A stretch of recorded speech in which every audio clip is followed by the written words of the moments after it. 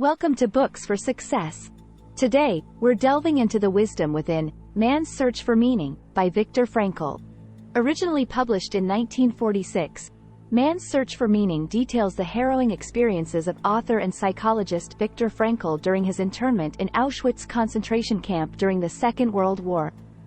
It offers insights into how human beings can survive unsurvivable situations, come to terms with trauma, and ultimately find meaning. Who's it for? Anyone interested in psychotherapy. Anyone who wants to know how ordinary people cope with extraordinary situations. Anyone trying to work out the meaning of life. Before we begin, subscribe and ring the bell for notifications if you want to keep receiving the knowledge of book summaries about health, wealth, love, psychology, and much more. Don't be shy about dropping your book suggestions for us to summarize. Also, you can use this video as an audiobook summary. Let's grow and succeed together. What's in it for me? Discover how one man's terrible experiences helped him formulate a unique view of human nature. Viktor Frankl. Man's Search for Meaning. It is simply impossible for anyone other than survivors to know what life was like for a prisoner in a Nazi concentration camp. We can only imagine how people got through each day and how they managed to stay sane when surrounded by atrocities. Viktor Frankl, himself a survivor of the camps, helps explain how prisoners of the Nazi regime struggled through. These experiences also provided Frankl with evidence for his psychological theory, logotherapy, which explains how, in order to thrive, and in more dire circumstances survive, we need to discover our personal meaning of life. This summary explains both Frankl's findings from the camps and his development of logotherapy. Prisoners' first reaction to the concentration camps was shock, first in the form of hope, then despair. Chapter number 1. Prisoners' first reaction to the concentration camps was shock, first in the form of hope, then despair. Today everyone has at least some awareness of the horrible, inhumane acts that were carried out in the concentration camps across Germany and Eastern Europe under the Nazi regime. Likewise, the targets of Nazi violence during the Holocaust had at least some inkling of the terrible fate that awaited them. Because of this, you'd think that the initial reaction upon entering the camps would have been fear. Reactions, however, were split into three distinct phases.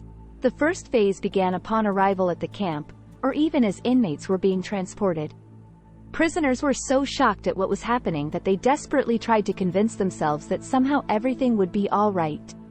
Most prisoners had heard horrific stories about what happened at the camps, yet when they themselves were sent there, they told themselves that things would be different for them.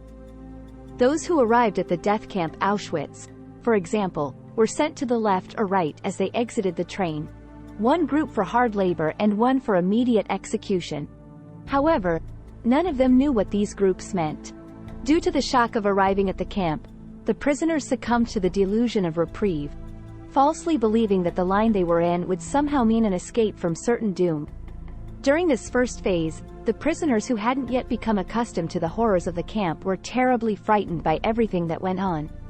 Newly arrived prisoners couldn't manage the intensely emotional experience of watching other prisoners being punished in the most brutal ways for the most trivial offenses.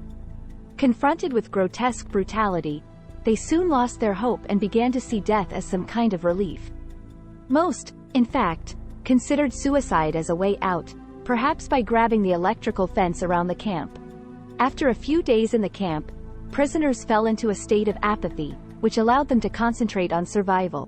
Chapter number 2. After a few days in the camp, prisoners fell into a state of apathy, which allowed them to concentrate on survival. During their initial shock, prisoners soon became used to the horror and death that surrounded them, thus becoming emotionally dull.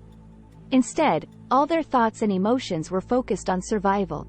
Rather than muse about feelings like love or desire, for example, prisoners mostly talked and even dreamed about food or any other kind of vital life-sustaining satisfactions that we normally take for granted but which were severely limited in the camps. While prisoners hid from the horror in the first phase, the dull emotions of the second phase acted as a shield, giving them the constitution to both live through the everyday cruelties of the camps and grab any opportunity to improve their own chance of survival.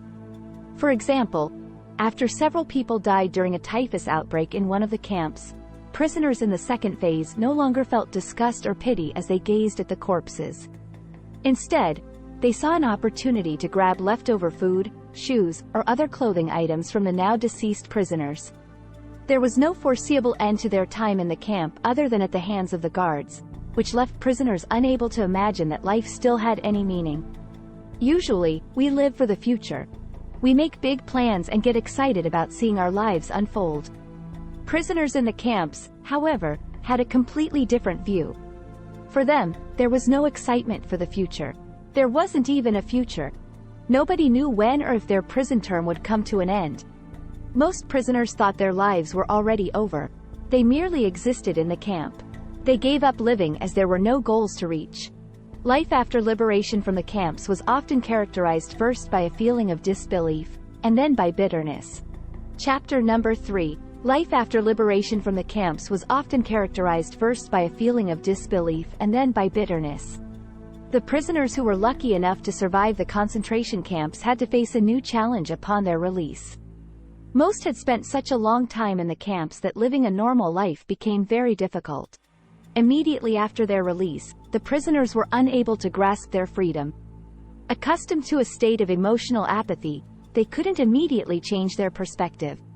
At first, prisoners couldn't experience pleasure or joy. Having dreamed so often of liberation, they found it unreal when it finally came.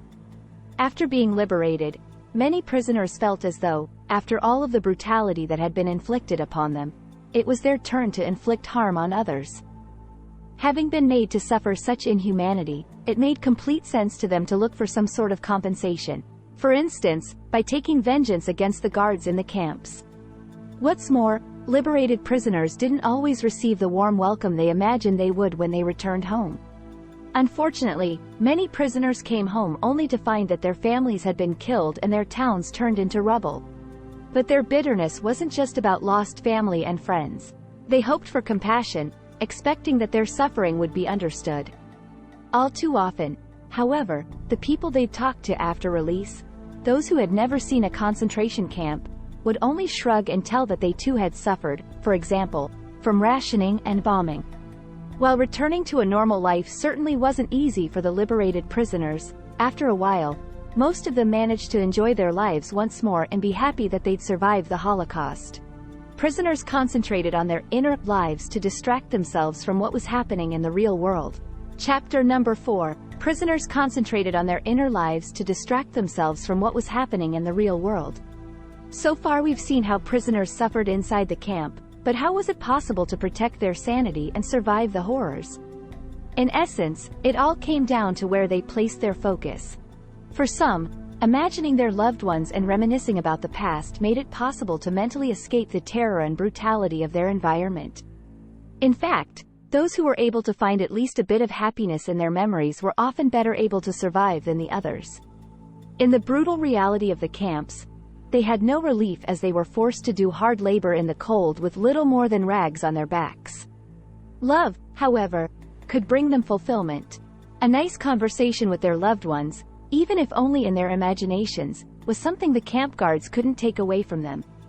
Even the smallest slivers of memory were able to bring relief, mundane things like switching on the lights in their own bedrooms back home. A few of the prisoners found solace by immersing themselves in nature and humor. An idyllic sunset or a cute bird could offer the inmates a fragment of happiness, even if it was only fleeting. Prisoners managed small gatherings during their half-hour lunch breaks, during which they tried to distract themselves from their reality, for example, by songs or other small performances. There were even rare moments when prisoners found their sense of humor. This humor often involved imagining the future after being released and joking about how their camp routines might affect later situations. For example, sitting at the family dinner table, they might forget where they were and ask for soup from the bottom of the bowl where the few nutritious peas would be found in the camp cook pots. Most prisoners accepted their fate, but some tried to make decisions whenever they could. Chapter number 5. Most prisoners accepted their fate, but some tried to make decisions whenever they could. The freedom to choose, whether it's picking out our outfits, our lunches, or the charities to which we donate, is something we all take for granted. Of course, in the camps nothing could be taken for granted. The ability to decide for oneself took on a completely new meaning. Most decisions were a matter of life or death, and many prisoners were afraid to make them. Sometimes, for example, prisoners were ordered to go to another camp. However, the prisoners were kept in the dark about the true destination and the meaning of the transfer. The guards sometimes referred to these as rest camps, but no one could be certain that they weren't being led to the gas chambers. So, once prisoners realized that they would be sent elsewhere, some would become desperate to change that decision. This was sometimes possible if they worked harder for their captors, by volunteering for extra shifts, for example. Yet there was also the possibility that their new camp would actually bring them relief.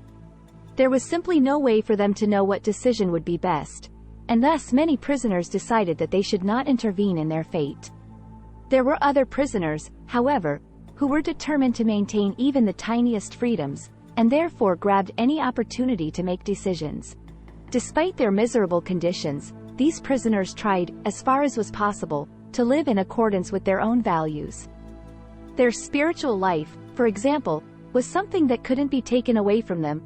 Although they might have to abandon their rituals, they could still decide to live up to high moral standards. For instance, some prisoners would give bread to those who were in greater need, even though they were hungry too. According to logotherapy, our motivation to act stems from our life's meaning. Chapter number 6. According to logotherapy, our motivation to act stems from our lives' meaning. The author witnessed many terrible scenes in the camps. During that time, he realized again and again that people need meaning in their lives in order to have something to look forward to.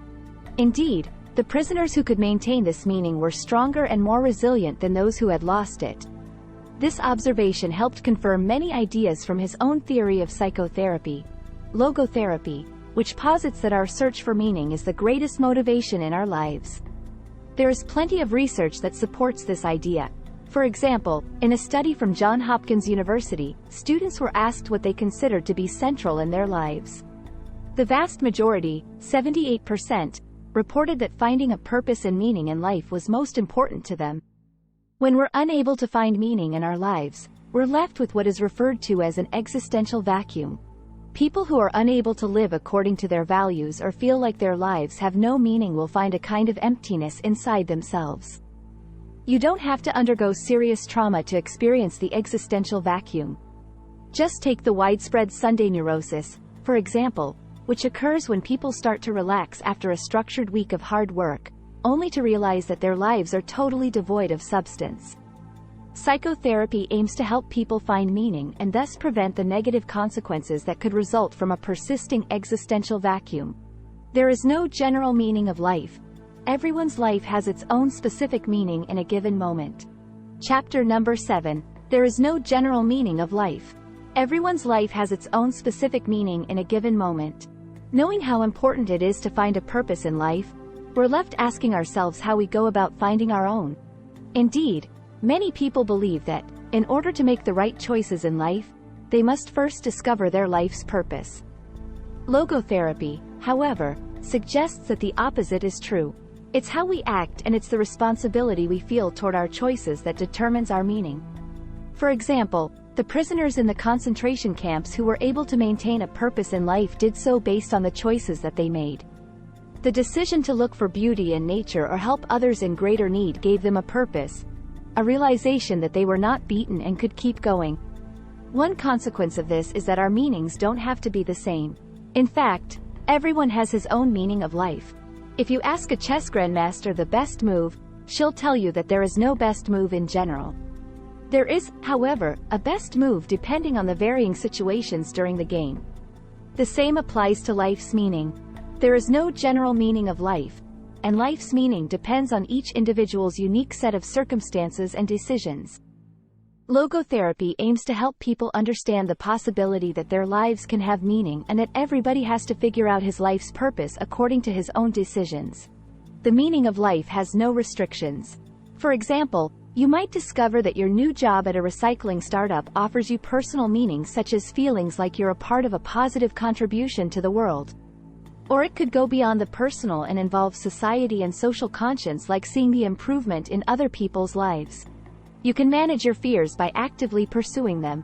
Chapter number 8. You can manage your fears by actively pursuing them. Although the ultimate goal of logotherapy is to help patients find the meaning of life, that isn't its sole application. Logotherapy has also developed a number of techniques that are helpful for people who've developed mental disorders. For example, after experiencing an existential vacuum, logotherapy is able to accomplish this by focusing on the internal rather than external factors that affect patients. In normal psychotherapy, the patient is analyzed and his neurotic fears explained by his environment and other external events and circumstances. In contrast, logotherapy assumes that people are able to make decisions and define their life's purpose independently of their environment. This basic understanding is necessary to help people realize that they are actually in control of their fears and anxieties in order to achieve long-term results. But how? Logotherapy makes use of this strange phenomenon. When we fear something will happen, it often does. Yet when we try to force something to happen, it never happens. Imagine you have a nervous friend who is deathly afraid of blushing in front of other people. Since he's always thinking about it, he immediately starts blushing whenever he's in a crowd. In this situation, logotherapy uses something called paradoxical intention, in which the patient is asked to do exactly the thing that she is afraid of. Your nervous friend, for example, could start trying to blush as much as possible whenever he is around other people. Soon he'll notice that when he tries to force it, nothing happens, and he'll thus lose his fear of blushing. Final words. We hope you have enjoyed the summary of Man's Search for Meaning by Viktor Frankl. The book's central point is that our success and sometimes our very survival is dependent upon our ability to find our life's meaning. This doesn't have to be something grand or existential. Your own personal meaning, depending on your immediate circumstances, will do just fine. Thanks for being part of our insightful voyage. If our summary piqued your interest, we encourage you to dive into the complete book for a deeper understanding. Don't forget to like this video, subscribe for more content if you're new here, and share it with others who might find it valuable. Keep on reading, discovering, and advancing until our next adventure.